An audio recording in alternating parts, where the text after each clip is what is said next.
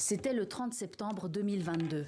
Devant le palais présidentiel à Kiev, le président Volodymyr Zelensky signait solennellement la demande d'adhésion accélérée de l'Ukraine à l'OTAN et concrétisait ainsi un peu plus l'espoir d'un pays qui cherche à sortir du giron de Moscou depuis plus de 30 ans. Nous nous faisons confiance, nous nous aidons et nous nous protégeons. C'est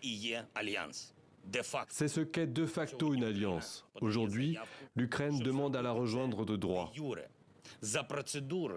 Dans le cadre d'une procédure conforme avec l'urgence de la protection de toute notre communauté.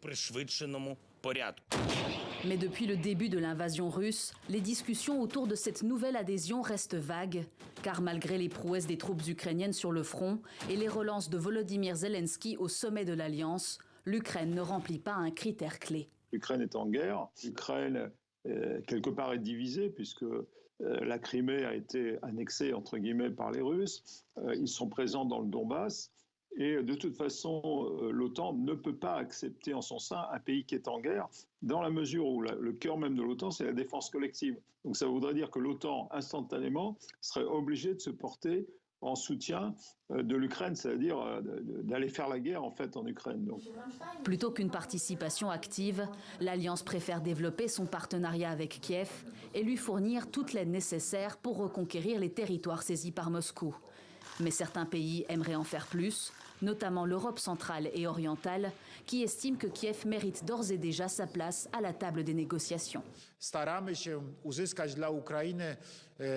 Nous voulons des garanties qui renforceront la puissance militaire de l'Ukraine, le sentiment de sécurité du peuple ukrainien, mais aussi le moral de leurs défenseurs qui mènent un combat très intense contre les envahisseurs russes.